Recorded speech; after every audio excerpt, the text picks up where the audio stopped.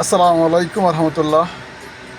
বাংলাদেশের আনাচে কানাচে, টেকনাফ থেকে তিতুলিয়া, রূপসা থেকে চকরিয়া, সকল সুন্নি মুসলমান ভাইদের প্রতি আমার আন্তরিকতা এবং ভালোবাসা জ্ঞাপন করি এবং আপনাদেরকে সাথে বলি যে আজকে চট্টগ্রাম লালদিঘির ময়দানের যে সুন্নি সম্মেলন এবং রইসুদ্দিনের হত্যার বিচারের দাবিতে যে সমাবেশ হবে, আপনারা সবাই যে যেভাবে পারেন ওইখানে উপস্থিত হন। আমার সাময়িকভাবে আমার সামর্থ্য নাই যে আমি এখন বাংলাদেশে যাওয়ার মতো। আমার যদি সামর্থ্য থাকতো এই সময়ে আমি দূরপ্রবাস থেকে আপনাদের পাশে আছি। আমি আপনাদের সহযোদ্ধা হিসেবে কাজ করার চেষ্টা করতেছি এবং আমার যদি এই সময়েই আমার দেশে যাওয়ার মতো পরিস্থিতি থাকতো, তো আমি যাই আমাদের মুসলিম সুন্নি ভাইদের সাথে আমিও নারে তাকবীর, আল্লাহু আকবার, নারে রিসালাত ইয়া রাসূলুল্লাহ স্লোগানে যোগদান করতাম এবং ইয়া নবী সালাম আলাইকা বলে বাংলার আকাশে বাতাসে ছড়িয়ে দিতাম।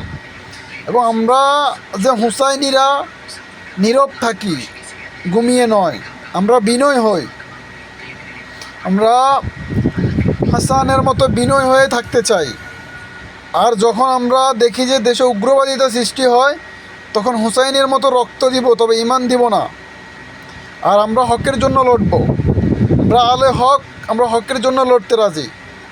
যে যেখান থেকে পারেন, যেভাবে পারেন, চট্টগ্রাম লালদিঘির ময়দানে জনসমুদ্রে ভরপুর করে আপনারা ওই সমাবেশ সফল করুন এবং ইনশাআল্লাহ অতি তাড়াতাড়ি আমাদের বিজয় আসবে।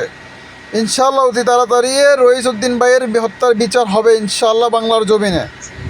এবং বাংলার জমিনে এখন প্রমাণ করে দিবে যে বাংলাদেশে এখনও 70 থেকে 80% লোক আহলে সুন্নাত ওয়াল জামাত আকিদার, সুন্নি আকিদার।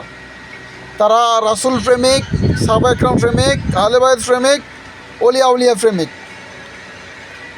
সবাইকে আমার পক্ষ থেকে আবার ধন্যবাদ জানাই। আমার ভাইরা যাদেরকে গতকালকে আঘাত করছে পুলিশ, তাদের জন্য ভালোবাসা থাকবে এবং তাদেরকে আল্লাহ অতি তাড়াতাড়ি সুস্থ করুক।